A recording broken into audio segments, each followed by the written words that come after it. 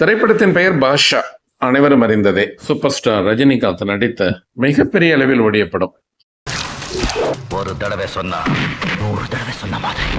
பல திரையரங்குகளில் 15 மாதங்களுக்கு மேல் இந்த திரைப்படம் ஓடி ஒரு சாதனை படைத்தது. காரணம் கதை, திரைக்கதை, வசனம், இயக்கம், இசை. இந்த திரைப்படத்திற்கு வசனம் எழுதியது பாலகுமாரன் என்று நிறைய பேருக்கு தெரியாது. வெளியில சொல்லிட மாட்டீங்களா? நான் ஒரு தடவை சொன்னா 100 தடவை சொன்ன மாதிரி. கதை, திரைக்கதை இரண்டையும் பார்த்து கொண்டது சுரேஷ் கிருஷ்ணா. இயக்கம் அவர்தான். ரஜினிகாந்தினுடைய ஹீரோ வேல்யூஷன் பல மடங்கு உயர்வதற்கு இந்த படம் வழிவகுத்தது என்று சொன்னால் நிச்சயமாக அது மிகையல்ல. அந்த செய்திகளுக்கெல்லாம் மேலான ஒரு செய்தி என்னவென்றால் இசை, மியூசிக். மியூசிக் பை தேவா.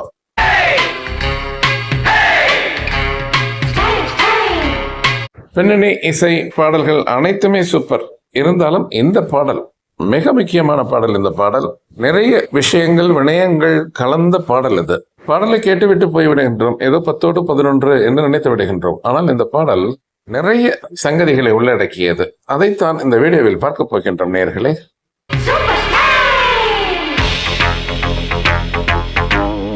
ஆரம்பத்திலேயே மிக முக்கியமான ஒரு செய்தியை நான் உங்களுக்கு சொல்லியாக வேண்டும். இந்த பாடலில் உள்ள பிரிலியோடு தான் ரஜினிகாந்த் நடிக்கும் அனைத்து படங்களிலும் அவர் அறிமுகமாகும் பொழுது இந்த இசை பயன்படுத்தப்படுகிறது. அதற்கான ராயல்ட்டியை இலவசமாக தந்தாராம் தேவா ரஜினிகாந்திற்காக. இந்த திரைப்படத்தினுடைய தயாரிப்பு பணிகள் ஆரம்பிக்கப்படும் பொழுதே சத்யா மூவிஸ், RM வீரப்பன் பலரிடமும் யோசனை கேட்டுக் கொண்டிருந்தாராம். பலரும் மற்ற இசையமைப்பாளர்களையே ரெஃபர் செய்தார்கள். ஆனால் ரஜினிகாந்த் தேவா தான் இந்த திரைப்படத்திற்கு இசையமைக்க வேண்டும் என்று ஒற்றை காலில் நின்றாராம். காரணம், இதற்கு முன்பே அண்ணாமலை என்கின்ற திரைப்படத்தில் 1992 மிகப்பெரிய வெற்றியை சம்பாதித்துக் கொடுத்தார் தேவா. திரைப்படம் மிகப்பெரிய வெற்றி அடைந்ததற்கு பாடல்களும் மிக முக்கியமான காரணம் என்றெல்லாம் விமர்சனங்கள் அப்பொழுது வெளிவந்தன. தான் நடிக்கப் போகும் அடுத்த திரைப்படத்திலும் தேவா தான் இசையமைக்க வேண்டும் என்கின்ற எண்ணம் சூப்பர் ஸ்டார் ரஜினிகாந்திற்கு ஆழமாக மனதில் பதிந்து விட்டது. No any other go but Deva என்று சொல்லிவிட்டாராம். இசை ஞானியை ரீகால் செய்து பார்க்கலாம் என்று கூட யோசனை சொல்லப்பட்டது ரஜினிகாந்திடம். பல பிரபலங்களின் வெறுப்பை சம்பாதித்து வைத்திருந்தார் இளையராஜா அந்த தருணத்தில். அது உண்மை செய்தி. ரஜினிகாந்த் இளையராஜாவை இசையமைப்பதற்கு பிரியப்படவில்லை என்ற கண்ணோட்டத்தில் தேவாவே இசையமைப்பாளராக பணியமர்த்தப்பட்டார் இந்த திரைப்படத்திற்கு.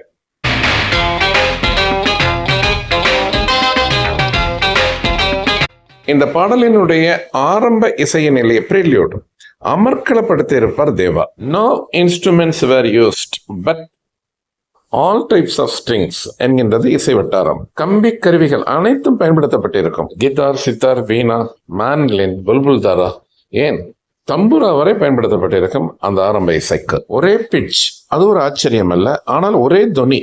ஸ்வரங்கள் அனைத்தும் முன்பே எழுதப்பட்டு அதன் பிறகு வாசித்தார்கள் என்று சொல்லிவிட முடியாது என்று கூறுகின்றார் ஒரு மூத்த இசைக்கலைஞர். பாடலின் பதிவின் பொழுது ஒரு இம்ப்ராம்ப்டு கிரியேஷன் ஒர்க் நடந்திருக்க வாய்ப்பு இருக்கின்றது என்று கூறுகிறார் அவர். இல்லை என்றால் இந்த அவுட்புட் இத்தனை அழகாக இருந்திருக்க வாய்ப்பில்லை. அவ்வப்பொழுது பூச்சி வேலை செய்திருக்கின்றார்கள் என்றெல்லாம் இசை பற்றின சில உள்ளார்ந்த விஷயங்களை எல்லாம் நமக்கு எடுத்து கூறினார் அவர்.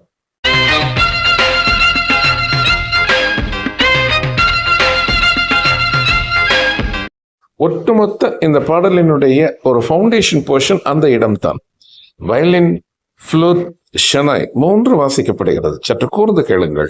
ஒவ்வொரு இடத்தையும் பார்த்து பார்த்து செய்திருக்கின்றார் தேவா. அதற்கு பக்கபலமாக இருந்தது நிச்சயமாக அவருடைய சகோதரர்கள், குறிப்பாக சபேஷ், முரளி இருவரும் தான் ஆர்கெஸ்ட்ரேஷன் அனைத்தையும் நிர்வகிப்பவர்கள்.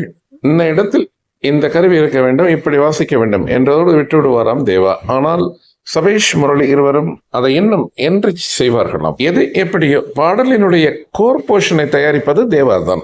பல்லவி மற்றும் சரணங்களுக்கான ஸ்வரங்கள், 2வது சரணம், 3வது சரணம் வேறு ஸ்வரங்களில் செய்ய வேண்டுமா இல்லையா என்பதையெல்லாம் முடிவெடுப்பது தேவா தானாம். தேவாவினுடைய பெரும்பாலான பாடல்களில் 3 சரணங்கள் இருக்கும்.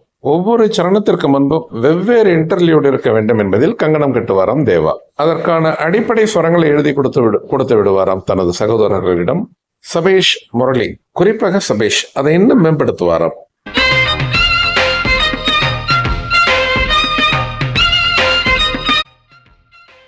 உதாரணத்திற்கு ஒன்றை சொல்லலாம். இந்த பாடலில் அந்த பல்லவி ஆரம்பிக்கும் இடம் ஒரு தடங்கலான இடமா இருக்கும். எந்த இடத்தில் சமம் என்பதை கண்டுபிடிப்பது மிகவும் சிரமம். அத்தனை கச்சிதமாக கணக்கு வழக்குகளுடன் இசையமைத்திருப்பார் தேவா. பாடலை பாடியது கே.எஸ். சித்ராவும் எஸ்.பி. பாலசுப்ரமணியமும். கே.எஸ். சித்ரா தான் அந்த பல்லவி ஆரம்பிப்பார். அந்த ஆரம்பிக்கும் இடம் ஒரு வினயமான இடம். எந்த இடத்தில் நான் ஆரம்பிக்க வேண்டும் என்கின்ற அந்த கணக்கை சொல்லித் தாருங்கள் என்று சித்ரா கேட்டதாக கேள்வி. ஒரு western come semi classical song என்ற புகழாரம் சுட்டுகிறார்கள் இசை விற்பனர்கள்.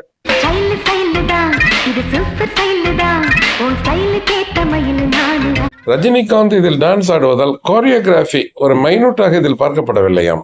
அவருடைய நடன அசைவுகளுக்கு ஏற்ப ஸ்பான்டனியஸாக மாற்றிக்கொள்ளலாம் என்று இருந்து விடுவார்கள். பொதுவாகவே ரஜினி டான்ஸ் ஆடும் திரைப்படங்களில் இந்த திரைப்படத்திலும் கூட அதுதான் பின்பற்றப்பட்டு இருக்கிறது.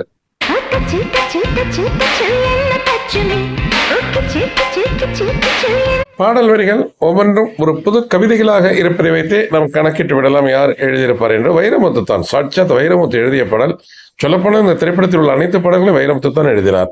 குறிப்பாக இந்த பாடலில் வரும் சில வரிகள் 7 மணிக்கு மேல நானும் இன்ப லட்சுமி என்கின்ற வார்த்தையெல்லாம் புதிதாக இருந்தது. கே.எஸ். சித்ராவுடன் பாடியது எஸ்.பி. பாலசுப்ரமணியம் என்பதை சொல்ல வேண்டுமா என்ன? அந்தந்த கூடாரத்துக்குள் இருக்கும் பொழுது அந்தந்த இசையமைப்பாளர்களை புகழ்வார் எஸ்பிபி. அவருடைய இயல்பு அது. இளையராஜாவின் இசையில் பாடும் பொழுது இளையராஜாவை தெய்வம் என்றே சொல்லுவார். ஒரு கட்டத்தில் தேவாவினுடைய இசையில் இந்த பாடலை பாடும் பொழுது எஸ்பிபி சொன்ன ஒரு வார்த்தை, பாஷா படத்தில் நான் உள்ள அனைத்து பாடல்களையும் பாடும் பொழுது ஒரு புது விதமான சுகத்தை அனுபவித்தேன். எப்படியெல்லாம் ஒரு இசையமைப்பாளர்கள் இருக்கின்றார்கள் என்று வியந்து போனேன் என்றெல்லாம் புகழாரம் சூட்டினார் தேவாவிற்கு. அவர் பிழையாக எதுவும் சொல்லிவிடவில்லை, உண்மையை தான் சொல்லியிருக்கின்றார். காரணம், இந்த திரைப்படத்தில் இடம்பெற்ற அனைத்து பாடல்களும் சூப்பர் ஹிட். அனைத்து பாடல்களையும் எஸ்பிபி தான் பாடினார். ஒரே ஒரு பாடல் கே.ஜே. ஜேசுதாஸுக்காக ஒதுக்கப்பட்டிருந்த அந்த பாடலும் சூப்பர் ஹிட்.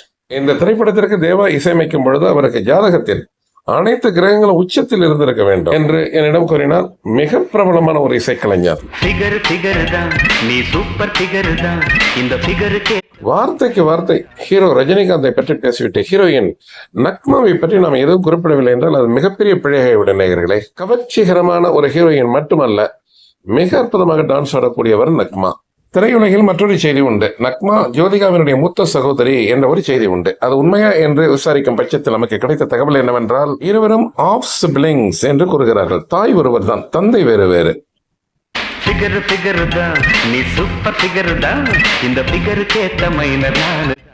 நக்மா மற்றும் ஜோதிகாவினுடைய தாயார் பெயர் சீமா. அவர் மகாராஷ்டிரத்தை சேர்ந்தவர். அவருடைய முதல் கணவர் அரவிந்த் மொரார்ஜி என்பவருக்கு பிறந்தவர் தான் நக்மா. சீமாவினுடைய இரண்டாவது கணவர் சந்தர் சதானா என்பவருக்கு பிறந்தவர் தான் ஜோதிகா.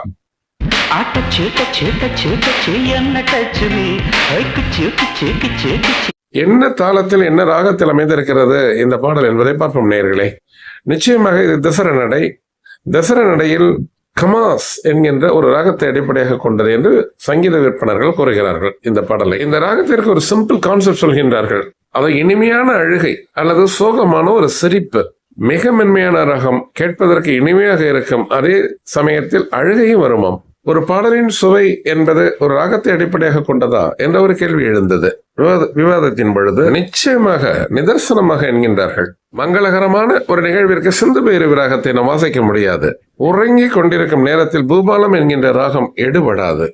சோகமும் சந்தோஷமும் கலந்த இடத்தில் இந்த கமாஸ் என்கின்ற ராகம் மிக அற்புதமாக ஒத்து போகுமா. 7 மணிக்கு மேல நீயும் இன்ப லட்சுமி. பாஷா திரைப்படத்தினுடைய மற்ற விவரங்களை எல்லாம் நாம் இங்கு பார்ப்போம் நேயர்களே. 1995 ஜனவரி மாதம் 12ஆம் தேதி இந்த படம் ரிலீஸ் ஆனது. 15ஆம் தேதி பொங்கல், 3 தினங்களுக்கு முன்பே இந்த படம் ரிலீஸ் செய்யப்பட்டதற்கான காரணம் ஒரு வியாபார உத்தி என்கின்றார்கள். தொடர்ச்சியாக அமைந்த விடுமுறை நாட்களை பயன்படுத்தி ரசிகர்களை திரையரங்குகளுக்கு வரவழைத்து விடலாம் என்கின்ற ஒரு வியாபார உத்தி என்கின்றார்கள். பொங்கல் தினத்தன்று கமல் நடித்த சதி லீலாவதி படம் ரிலீஸ் ஆனது. அதற்கு முன்பே இந்த படத்தை ரிலீஸ் செய்து விடலாம் என்று R.M. வீரப்பன் தான் அந்த யோசனையை சொன்னாராம். அவர் தான் சோல் தயாரிப்பாளர்.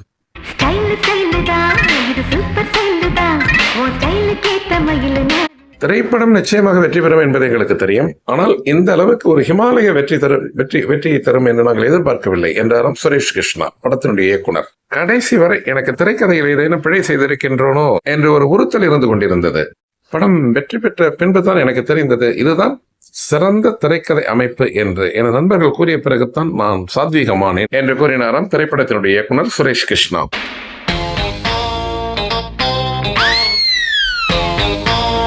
பொதுவாக சத்யா மூவிஸ் எடுக்கும் திரைப்படங்களில் கதை என்ற இடத்தில் கதை லாகா சத்யா மூவிஸ் நிறுவனம் என்று தான் வரும். இதிலும் அதுதான் வரும்.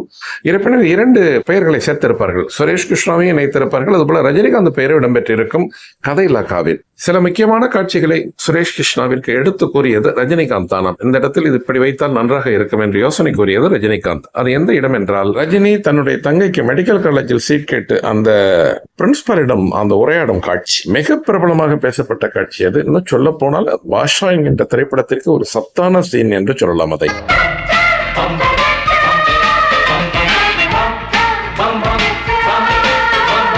பாஷா திரைப்படம் 1995 வந்தது என்பது அனைவருக்கும் தெரியும். 1992 ஹம் என்கின்ற ஒரு ஹிந்தி படம் வெளிவருகின்றது.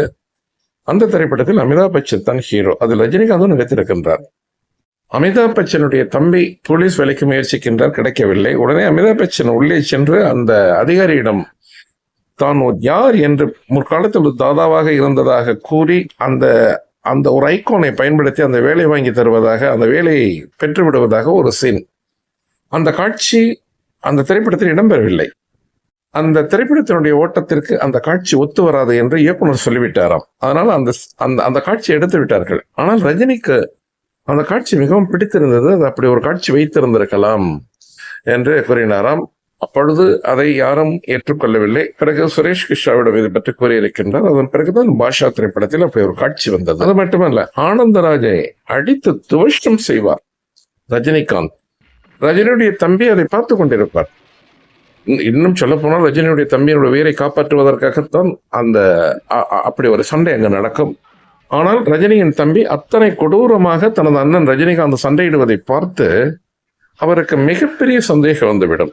அப்படி ஒரு காட்சி, ஒரு டேர்னிங் பாயிண்ட், ஒரு ட்விஸ்ட், இதையெல்லாம் சொல்லிக் கொடுத்தது ரஜினிகாந்த் தான் என்கின்றார்கள். ஆனால் இயக்குனரிடம் வலியுறுத்த மாட்டாராம் ரஜினிகாந்த். இந்த காட்சி இப்படி அமைத்தால் தான் நடிப்பேன் என்றெல்லாம் வலியுறுத்த மாட்டாராம். இப்படி வைத்தால் நன்றாக இருக்கும் என்று ஒரு யோசனை கூறுவாராம். ரஜினி சொன்னால் அதில் ஏதோ ஒரு உண்மை இருக்கும் என்று நம்பி அவர் கூறும் சில காட்சிகளை எல்லாம் திரைப்படத்தில் வைத்து விடுவார்கள். அப்படி வெற்றி கண்ட படங்கள் நிறைய. 1992 சுரேஷ் கிருஷ்ணாவின் இயக்கத்தில் ரஜினிகாந்த் நடித்த அண்ணாமலை என்கின்ற திரைப்படத்திலும் நிறைய காட்சிகள் ஒரு இம்ப்ராம்சுவாக ஒரு ஸ்பாட்லேயே தயார் செய்திருக்கின்றார்கள். வீரா திரைப்படத்திலும் அப்படித்தான். வீரா அதிலும் சுரேஷ் கிருஷ்ணா தான் இயக்குனர். இப்படி ஒரு கருவை தயார் செய்து கொண்டு இப்படி ஒரு திரைப்படம் எடுப்பதற்கு மிகப்பெரிய செலவாகும் என்று பயந்து கொண்டிருந்த தருணத்தில் தான் சத்யா மூவிஸ் ஆரம் வீரப்பனை அணுகி இந்த திரைப்படத்தை தயாரிக்க சொல்லியிருக்கின்றால். மற்றொரு மறைமுகமான செய்தி என்னவென்றால், இந்த திரைப்படத்தில் ரஜினிகாந்த் ஒரு பார்ட்னர்ஷிப் என்று கூறுகிறார்கள். ஏனென்றால் அதற்கு முன்பே ஆரம் வீரப்பனுடன் ரஜினிகாந்த் இணைந்து தயாரித்து நிறைய படங்கள் வெளியாகி இருக்கின்றன. சமயம் கிடைக்கும்போது சுதாரித்துக் கொண்டது 90க்கு பிறகுத்தான் என்று செய்தி வட்டாரங்கள் கூறுகின்றன. அதற்கு முன்பு 70லிருந்து 80 வரை விளையாட்டுத்தனமாகவே இருந்துவிட்டார் ரஜினிகாந்த்.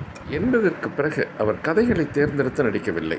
அவரது ஹீரோ வேல்யூஷன் அவருக்கு தானாகவே வந்தது. இருப்பினும் திரைக்கதைகள் நிறைய படங்களில் சரி வர இல்லாததால் அவருடைய நிறைய படங்கள் தோல்வியடைந்தன 80லிருந்து 90களில்.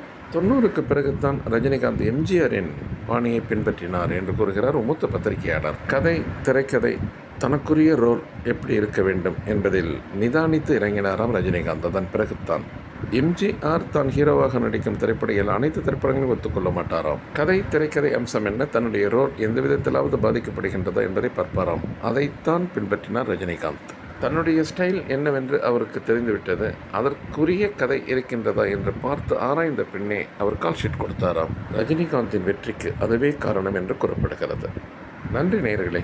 பிறகு ஒரு முறை மற்றொரு வீடியோவில் நாம் சந்திப்போம். நன்றி, வணக்கம். இது மகேந்திரன் குளோபல் டிவியிலிருந்து.